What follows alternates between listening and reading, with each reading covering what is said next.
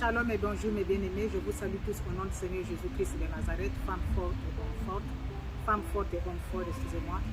Aujourd'hui mes bien-aimés, nous avons une nouvelle vidéo qu'on va parler de la différence des deux sortes de femmes que nous trouvons dans la Bible et même dans ce monde. On va tirer notre prédication dans le livre de la Genèse et dans le livre de 1 Samuel. On va parler de Rachel et on va parler d'Abigail. Qu'est-ce que la beauté de Rachel avait apporté dans la vie de Jacob et au sein de sa famille, et qu'est-ce que la beauté d'Abigail avait apporté aussi au sein de sa famille.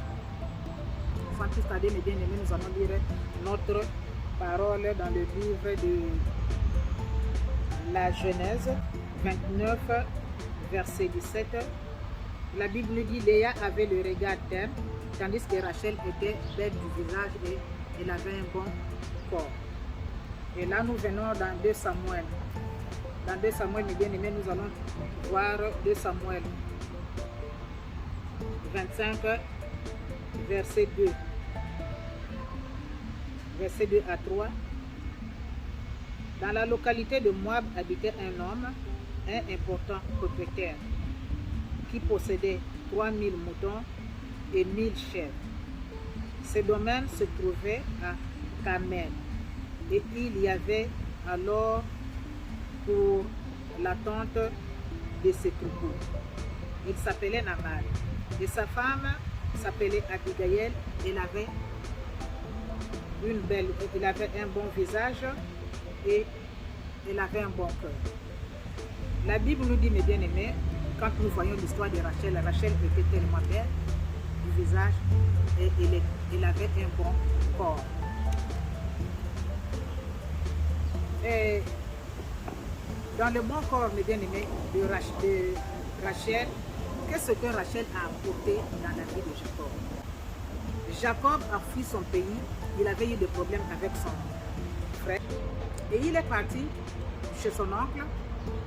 Et chez son oncle, il y avait 2 jeunes filles qui s'appelaient Léa. Léa était la première fille et Rachel était la deuxième. La Bible nous dit que sa sœur n'était pas tellement belle. Elle avait peut-être les yeux un peu clairs, les yeux un peu gros, qui n'attiraient pas aux hommes. Tandis que sa petite sœur Rachel, quand tu vois son visage, tu vois son corps, ça attirait les hommes. Et ça attirait les personnes. Tout le monde, femme ou homme, disait que non, Rachel est belle. Et Jacob est resté chez son oncle pendant des années. Elle travaillait et son oncle lui a posé la question. Toi, tu travailles pour moi, c'est vrai. Tu es mon neveu, c'est vrai. Mais tu dois quand même avoir un salaire. Qu'est-ce que je vais te payer et combien je vais te payer par rapport au travail que tu as en train de faire. Donc, si nous voyons bien, quand Jacob est arrivé chez son oncle, Jacob faisait quoi? Le premier jour, Jacob a croisé sa cousine Rachel, qui avait des troupeaux, qui rentraient peut-être à la maison. Donc Jacob avait pris la place de sa cousine pour travailler à la place de son père, à la place de le père de Rachel et à la place de son oncle. Il a trouvé que non, ma cousine ne peut pas continuer à faire ce travail-là, ça c'est le travail d'homme, et moi je vais prendre la place pour travailler à la place de ma cousine. Et son oncle lui a posé la question: combien tu veux que je commence à te payer? Ils ont trouvé en conclusion que non, moi je vais travailler pendant tant d'années. Mais moi j'aime Rachel. Tu aimes Rachel, comme tu aimes Rachel, c'est ta cousine, c'est vrai. Moi je ne vais pas la donner à une autre personne pour l'épouser. Toi tu vas la prendre. Mais tu vas travailler 7 ans chez moi. Ton oncle, tu as tout, tu as mangé, tu as boire, tu as la maison, vous avez la maison et tout. Mais tu vas travailler 7 ans avant que ta cousine soit ta femme. Jacob a accepté. Quelque temps après, quand la 7e année est finie, Jacob déclare sa femme, c'est une autre femme qu'on la donne d'abord Léa. Jacob se fâche sur lui et son oncle. Moi, je t'ai demandé la plus petite, et pourquoi tu m'as joué, pourquoi tu m'as fait ça?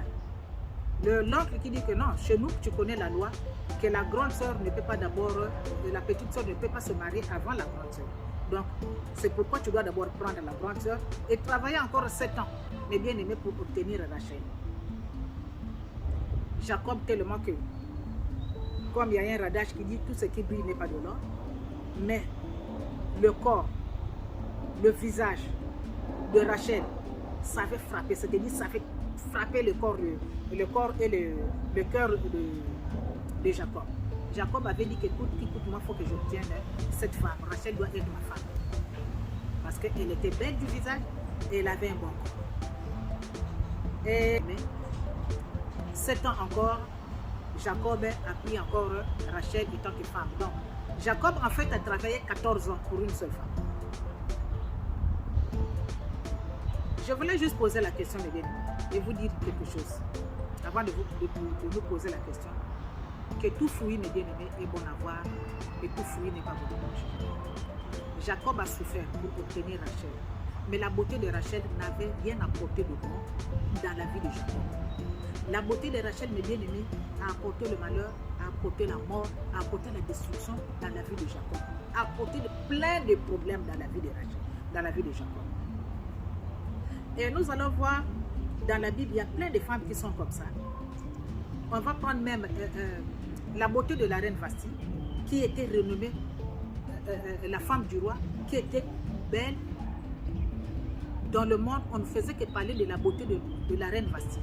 Mais la reine Vasti, mes bien-aimés, fait partie des femmes comme des Rachel, des femmes qui apportent des problèmes, les femmes qui humilient les hommes, les femmes qui détruisent les vies des hommes. Vous savez que dans la vie, il y a des femmes qui apportent des malchances.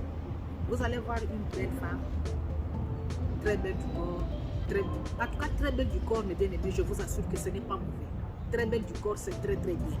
Très belle du visage, c'est très très bien. Mais qu'est-ce que cette beauté-là apporte au sein de nos familles? Qu'est-ce que cette beauté-là du visage et du corps apporte dans la vie des hommes? Vous allez voir la reine Vasti qui était belle du visage aussi, mes bien-aimés, renommée qu'on parlait dans le monde, dans leur temps. La reine Vasti a manqué le respect chez l'autorité morale du monde. Le roi qui commandait le monde, le roi qui avait le pouvoir sur toute la terre. Mais la reine Vasti, tellement sûre de sa beauté, tellement sûre de ce qu'elle était, elle croyait que le roi ne pouvait pas la changer, que le roi ne pouvait pas voir ce qu'elle avait fait comme acte. Le roi appelle la reine Vasti. La reine Vasti vient parce que je vais te présenter comme moi. On ne sait pas si la reine Vasti doutait de l'amour de son mari, on ne sait pas.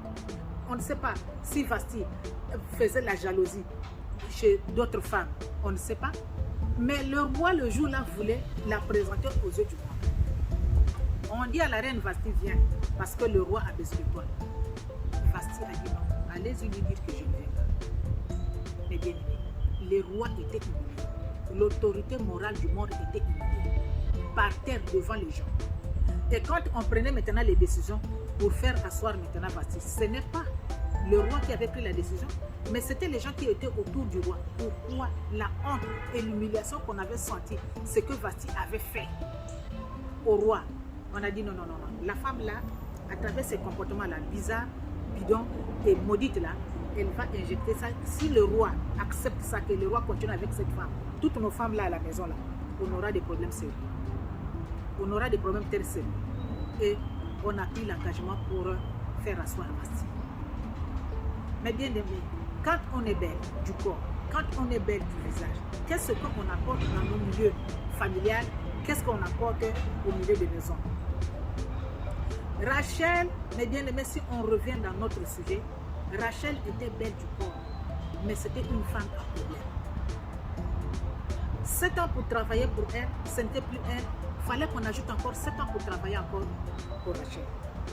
Jacob a obtenu Rachel. Et quelques temps après, il n'y avait que des problèmes. Il n'y avait que des problèmes. Et Jacob ne savait pas que cette femme va apporter la mort ou les malchances dans sa vie. Jacob ne savait pas que la femme là, qui a frappé dans ses yeux là, n'a pas un bon cœur, qui était même une voleuse. Vous allez voir que Rachel, en quittant la maison de son père, a volé les dieux de son père. Eh bien, Rachel a volé les dieux de son père. Elle est partie avec ça. Et quand Laban a suivi Jacob, si vous lisez la Bible, Laban a demandé à Jacob, tu es parti avec mes enfants, ce n'est pas mauvais, ok. Tu es parti avec toutes mes biens, tout ce que tu as ici comme richesse, c'est bon, Laban. Mais pourquoi tu as pris mes dieux? Je peux te donner tes femmes, ce sont tes enfants, ce sont aussi mes biens. Mais je voulais te faire du mal, mais je ne peux pas te faire du mal parce que ton Dieu m'a parlé de ne pas te faire du mal et de ne pas parler mal de toi. Mais en sortant de chez moi, il y a quelque chose qui est perdu. Il y a quelque chose qui est sorti de ma maison qui n'est jamais sorti hors de ma maison. C'est mon Dieu. Pourquoi tu as volé mon Dieu? Pourquoi tu es parti avec ça? Jacob dit que non, je n'ai pas pris ça. Là-bas insiste, ça ne sort jamais de chez moi. Si toi tu n'as pas pris ça, qui maintenant a pris ça? Jacob a donné l'ordre à Laban de faire la maison. Toutes les tentes là où ils étaient, si tu trouves ton Dieu, prends ton Dieu, pars et laisse-moi partir avec ce que j'ai eu chez toi, ce que j'ai travaillé, dur et sec. L'autre a fouillé, mais il n'avait rien trouvé dans les tentes. Or, Rachel avait caché encore le Dieu de son père. Et qu'est-ce qui s'est passé? À la fin, quand il n'a rien vu, Jacob, la puissance de la parole, Jacob a dit, tu as vu ton Dieu? Il dit que non, je n'ai pas vu mon Dieu. Comme tu n'as pas vu ton Dieu, qu'est-ce que je t'ai fait? Et Jacob a commencé à parler, Jacob a commencé à crier contre, et parler un peu, hausser le temps chez son beau-père. Et Jacob a dit, s'il y a quelqu'un, comme vous avez fouillé, vous n'avez rien eu. Mais s'il y a quelqu'un qui a pris ton Dieu, en tout cas, il faut que Dieu le frappe, qu'il meure. Mais Jacob ne savait pas que quand il est en train de céder, quand il est en train de dire ces mots, à travers la colère, bien à travers ce qui était passé, il oubliait que la femme qu'il a aimée là, la femme qui a frappé à ses yeux là, c'est elle qui apporte des problèmes dans sa vie. C'est elle qui apporte la destruction dans sa vie. C'est elle qui apporte la mort même dans la vie de Jacob. Eh bien, si vous voyez bien, Rachel a fait un enfant quand ils étaient là-bas avant de quitter la maison de leur père. C'est là où Rachel a fait son premier fils, qui est Joseph. Mais en route, après les événements là, quand elle faisait comme ça là, elle était enceinte. Après les événements là, mes bien-aimés, Rachel, en couchant, elle a perdu la vie et l'enfant est resté. La beauté d'une femme qui apporte des problèmes. Comment vous gérez votre beauté, mes bien-aimés? Et qu'est-ce que votre beauté apporte au sein de votre famille? Et qu'est-ce que votre beauté apporte dans la vie familiale, dans la vie conjugale, dans vos maisons? C'est ça ma question. J'avais une copine bien-aimée, à son âme, Dieu l'avait aussi appelée. Un jour, on est parti à la veillée. Arrivé à la veillée, celle qui avait perdu son mari était ma copine. Et quelques temps après, elle faisait ce mot. Tous, on a fait des soucis, on a perdu un beau-frère et le mari d'une copine. Mais j'ai dit, après je la pose la question, parce qu'on dormait sur une même natte, je lui ai posé la question, mais qu'est-ce qui se passe? À tout moment, c'est quoi? J'ai dit que vraiment j'ai un souci, j'ai un grand souci. J'ai dit, mais est-ce qu'on peut partager ensemble? Elle me dit, Félix, tu sais quoi? Je dis non. Ça c'est pour la 4e fois. Quand un homme me dit, je t'aime, je vais te marier, la personne ne doit pas faire une semaine, la personne doit mourir, même si la personne est déjà malade. Et en passant, je vais te dire que je sautais avec cet homme-là. Et il y a à peine 2 semaines ou 3 semaines, je trouve que le gars commence à prendre notre relation au sérieux. Et la personne m'a dit que non, il va m'épouser, on va se marier. Et il m'a dit que non, il est même mort. Moi, j'ai dit quoi? Il me dit que ça fait 4 fois. Quand un homme me dit que je t'aime, je vais te marier, la personne doit mourir. J'ai dit, ma soeur, si c'est 4 fois déjà qu'on te dit ça, et les personnes perdent leur vie, regarde, avant que la 5e bien, la 6e vient mourir. Donc je ne sais pas si elle avait dit la vérité. Est-ce que c'était seulement les 4 là qu'elle avait compté? Oui, il y en avait plus. Elle s'est dit que là, si je dis là, ça ne va pas marcher. Laisse-moi dire seulement 4. Donc il y a des femmes, mais bien aimées, quand mon frère, tu amènes une femme dans la vie, que vous allez faire la vie avec cette femme. Est-ce que, depuis le début de vos relations là, est-ce que tu as d'abord fait est-ce que tu as déjà distingué, c'est-à-dire les saisons, avant que tu prends la femme? Qui tu étais? Comment tu étais? Quelle est la vie que tu as menée? Bien, quelle est la vie que tu avais avant de prendre la femme là, d'amener dans ta vie? Et quand la femme là est arrivée, qu'est-ce qu'elle a apporté de bon ou de mauvais dans ta vie? Est-ce qu'il faut continuer? Est-ce qu'il faut laisser? y a des femmes qui apportent les malheurs. Il y a des femmes qui apportent la mort. Telle que l'autre, qui savait, mais bien aimé, qu'elle, elle était là, elle apportait la mort, elle apportait... quand on dit je t'aime, je vais te marier, la personne doit mourir. Qui savait? Seule elle-même. Faisons attention, mon frère. Faisons attention. Que ce soit même femme. Il y a des hommes aussi, mais bien aimés, qui apportent des malheurs, qui apportent des soucis, qui apportent des troubles. C'est vice versa. Donc aujourd'hui, on est en train de parler de la différence de deux femmes que nous voyons dans le monde. Qu'est-ce que cette beauté-là apporte au sein de nos familles? Qu'est-ce que la beauté-là apporte dans la vie de nos enfants? Qu'est-ce que les beautés-là apportent dans notre entourage? Nous allons prendre encore à partir de Abigail. Qui était Abigail, mes bien-aimés? Et qu'est-ce que Abigail était?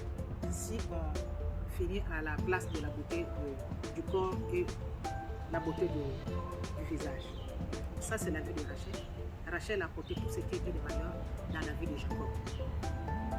Vous voyez la femme Jézabel, vous voyez la femme, il y en a plein dans la Bible.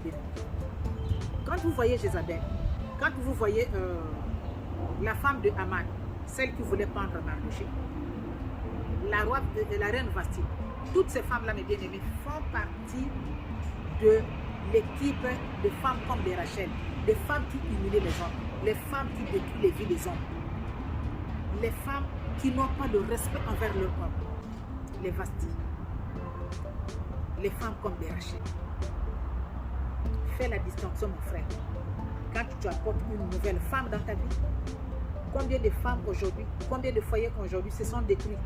La femme et son mari, vous avez vécu pendant des années, vous êtes mariés, vous avez vécu pendant des années. Tout d'un coup, le gars sort dans son chemin, quelque chose frappe ses yeux, le corps frappe ses yeux, le visage frappe les yeux, et ce trouble-là, ça vient dans la maison, ça détruit les foyers qui sont assis pendant 30 ans, 20 ans ou 15 ans. Tout fruit est bon à voir, mais tout fruit n'est pas bon à manger. Je me rappelle, mes bien-aimés, quand je grandissais dans ma ville natale, il y avait des saisons de mangue. Quand les mangues sortaient, les mangues devenaient mûres, et dans la même saison, il y avait des champignons qui sortaient. Et moi et mes cousines, à tout moment, on était dans les plaines là pour aller ramasser les mangues, pour aller ramasser les champignons. Mais bien aimé, vous allez voir parfois les mangues tombent. Quand il y a le vent, le mangue tombe. Et quand on arrive le matin, vous allez voir les mangues. Quand tu vas voir la mangue là, la mangue brille. C'est-à-dire, quand tu vois déjà la mangue, il y a déjà la salive qui tourne déjà dans ta bouche. Ça va briller, mes bien-aimés, ça va briller. Et qu'est-ce qui se passe quand tu prends déjà la mangue? Tu mets la mangue dans la bouche, tu manges, tout d'un coup tu jettes pouf par terre. La mangue en haut, ça brillait, ça attirait l'attention de la personne. Mais dès que tu prends la mangue, tu manges, il y a plein des asticots dedans, mes bien-aimés. Plein des asticots. Il y a des femmes comme ça dans la vie. Belle du visage, belle du corps, mes bien-aimés. Mais qu'est-ce que la femme apporte dans ta vie, mon frère, ma soeur? Qu'est-ce que la femme apporte dans ta vie? Faisons attention, mes frères. Les femmes que nous portons dans la vie, faisons attention. Et nous allons parler maintenant d'Abigail. Qu'est-ce que nous voyons dans la vie d'Abigail, mes bien-aimés? Abigail, la Bible nous dit qu'elle avait un bon cœur, elle était belle du visage. Abigail était la femme de Naaman. Naaman était un homme très très méchant. Un mauvais type, mes bien-aimés, c'est-à-dire un homme renommé, méchant. Ça, c'est une autre parenthèse. Mais aujourd'hui, on parle d'Abigail. Qu'est-ce que la beauté du visage d'Abigail et la beauté de cœur d'Abigail a apporté au sein de sa famille? On trouve ici, mes bien-aimés, Naaman, le mari d'Abigail, avait faussé. Il avait fait quelque chose de mauvais chez David. Et le jour-là, qu'est-ce que David a fait? David a dit que moi, cet homme-là, demain là, par rapport à ce que je lui ai fait, Ça, c'est la réponse. Bien, ça, c'est la monnaie qu'il me rend. Mais le gars là, demain là, si aujourd'hui c'est 15 h ou bien c'est 16 h, demain à partir de 7 h là, le gars là ne va pas vivre lui et toute sa maison. Les choses sont arrivées dans les oreilles de sa femme. Les gens de Naaman sont venus dire à Abigail, Abigail, tu sais ce qui se passe? Regarde ce qui se passe, ce que ton mari a fait chez le roi. Quel roi? Roi David. Et le roi David, là, partout là, il va, quand il part combattre, là, il a toujours la victoire. Naaman a créé le problème contre le roi David. Oui, quel est le problème? Oh, ceci, c'est là. Mais bien aimé, dans le bon cœur d'Abigail, on trouve qu'Abigail était très très sage. Dans le bon cœur d'Abigail, mais bien aimé, on trouve qu'Abigail était très intelligente. Il a donné l'ordre à ces gens, préparez, faites tout. Prenez la boisson. On va passer par la route là. On ne prend pas la route là parce que la route là, si le gars là, le méchant là nous voit là-bas, il va m'interrompre. Il va dire que tu ne continues pas avec mes biens, tu ne pars pas. Laisse-moi et donne-moi tout ce que tu vas. Et il va insulter même David à travers sa femme. Bien, il va insulter sa femme parce que c'était un homme méchant. Et qu'est-ce qui s'est passé? Il était dans sa sagesse, il a pris les biens et elle est partie tranquillement, changer de voie, partir là-bas intelligemment. Quand il a vu David, mes bien-aimés, Abigail s'est prosternée devant le roi David. Il a commencé à adorer même son roi. Hé roi, toi qui es bon, toi qui n'as pas pour toi de problème, malgré que David aussi c'était un homme de problème, malgré que tu es pour toi comme ça, tu es bon. Il a commencé à adorer le roi David. Il a commencé à lancer des éloges chez le roi David. La Bible nous dit qu'Abigail était intelligente. Elle était sage. Elle avait même le respect. Quand vous voyez comment elle est partie devant David, comment elle a reçu David là où elle était, en se prosternant, en adorant le roi, en lançant les éloges, mes bien-aimés, avec tout le respect. Et elle a pris tout ce qu'elle avait amené et elle a donné à l'autre, chez le roi et ses gens. Ah, le roi a dit, ok, c'est bon. Vraiment, je te remercie. Mais là où je te parle, là, la colère que j'avais moi, David, si demain, là, à 7 h là, j'arrivais chez toi, là, même toi, là, tu ne devais pas vivre. Abigail a demandé même pardon pour son mari qui était méchant, pour son mari qui était fou. Vous savez, dans la Bible, la vie de Nabal, il y a les versions bibliques qui appellent Nabal le fou, il y a les versions bibliques qui appellent Nabal le pervers. Les pervers, c'est les gens qui sont les demi-fous là, c'est-à-dire qu'il est 50% homme normal, 50% c'est un malade mental. Les pervers narcissiques ou les pervers. Et Abigail a vécu avec cet homme-là, le pervers là, ou le fou là, pendant des années. Mais la Bible ne nous a pas montré là où Abigail avait insulté Nabal, là où Abigail avait manqué le respect. Chez Nabal le fou, là où Abigail avait prié pour la mort de cet homme méchant qui a vécu dans la méchanceté. La Bible nous le dit. La Bible n'a rien dit. On a dit seulement qu'Abigail avait un bon cœur. Et les caractères de bon cœur d'Abigail, mes bien-aimés, c'était l'intelligence, le respect, mes bien-aimés, et la sagesse, l'humilité. Et ne vous en faites pas. L'humilité, le respect, la sagesse et l'intelligence d'Abigail avait payé. Là où David voulait aller tuer, pour aller avoir seulement des problèmes devant Dieu, ou prier pour la personne que... Vous savez, quand un homme comme Nabal, là, est déjà fini avec Dieu, à travers ses comportements. Si Abigail avait prié pour la mort de cet homme-là, le sang de cet homme-là, mes bien-aimés, devait retomber sur Abigail. C'est pourquoi je te dis, toi, femme forte, toi qui vas voir cette vidéo-là, qui est ta vidéo, qui est ma vidéo, ne prie jamais pour une personne qui te fait du mal, de mourir. C'est-à-dire, même si la personne-là, cet homme-là, te fait du mal, cet homme-là te détruit, ne prie jamais pour sa mort. On ne dit pas que toutes les femmes qui sont belles du visage et belles du corps sont mauvaises ou mauvais. Non, mais ma soeur, mais quand tu fais confiance à ta beauté, il faut avoir confiance aussi à ton cœur. Que ce que ta beauté là, du corps, ce que ta beauté là, du visage là, qu'il y ait du bénéfice, mes bien-aimés, dans ton cœur. Avoir une belle visage, Un bon corps, ce n'est pas mauvais. C'est très bien, c'est bien. Mais comment, ma soeur, tu gères ça? On ne dit pas que c'est toutes les femmes, quand nous parlons dans les maisons, qu'on nous manque le respect. Non, il y a des choses, on doit se défendre. Il y a des choses, quand tu trouves que non, vous avez la personne, ou bien le monsieur, ou bien ton mari, ou bien ton conjoint a touché, c'est-à-dire à ta dignité, ou a touché, ou a dépassé les limites par rapport aux limites familiales. Tu as le droit de te défendre. Tu as le droit de te défendre, ma soeur. Mais quand tu te défends, qu'est-ce que tu dis? Comment tu parles? Quelles sont les manières que tu utilises pour parler à ta personne, ou bien à ton conjoint, ou bien à ton entourage, ou à ta famille? Parce que la beauté du visage, la beauté de ton corps doit être accompagnée avec la beauté de ton cœur. Et là, tu es complet. Tout. Mais quand c'est moitié, tu fais confiance à ton visage, tu fais confiance à ton corps. Ma soeur, un jour, tu vas le regretter. Mais je préfère que tu fais confiance à ton visage, fais confiance à ton corps et fais confiance à ton Seigneur qui est là dans ton cœur, qui te dirige, qui te donne la vie. La beauté d'Abigaïl, mes bien-aimés, qui était belle du visage, belle de son cœur, a payé. Quand David a vu ce qu'Abigaïl avait fait, qu'est-ce qui s'est passé? David a dit, je ne touche pas cet homme-là. Parce que Abigaïl a montré déjà que ça c'est infini. Ça c'est un homme qui est maudit. Laisse-lui avec ses péchés, laisse-lui avec ce qu'il est. C'est Dieu qui va le payer. Quelques jours après, mes bien-aimés, qu'est-ce que Dieu a fait? Dieu a pris charge.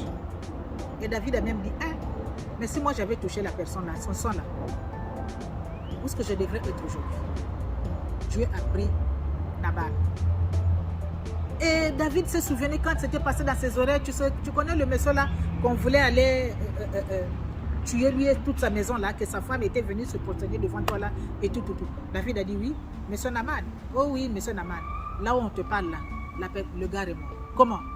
Il a fait peut-être un crise de AVC. Il est mort comme ça. Brusquement, il est mort comme ça.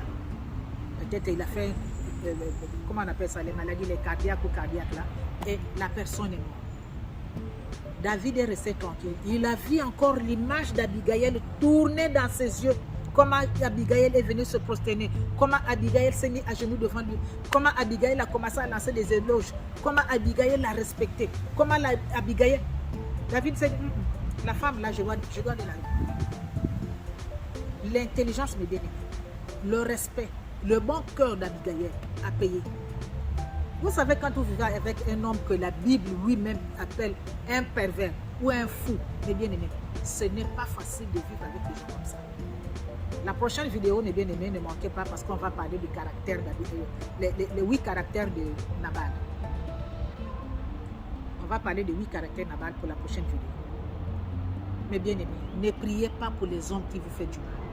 Au contraire, excusez-moi, ne priez pas que ces hommes-là puissent mourir, mais priez que ces hommes-là puissent avoir la vie et qu'ils puissent voir la gloire de Dieu. Ce que Dieu va faire en toi, que la personne puisse voir. Ah, la personne là que je maltraitais, la personne là que je voulais détruire, la personne là que je voulais tuer, la personne là que j'ai humiliée. Parce qu'Abigaïl vivait dans les humiliations. Vivre avec un fou, vivre avec un pervers, mes bien-aimés, ce n'est pas facile.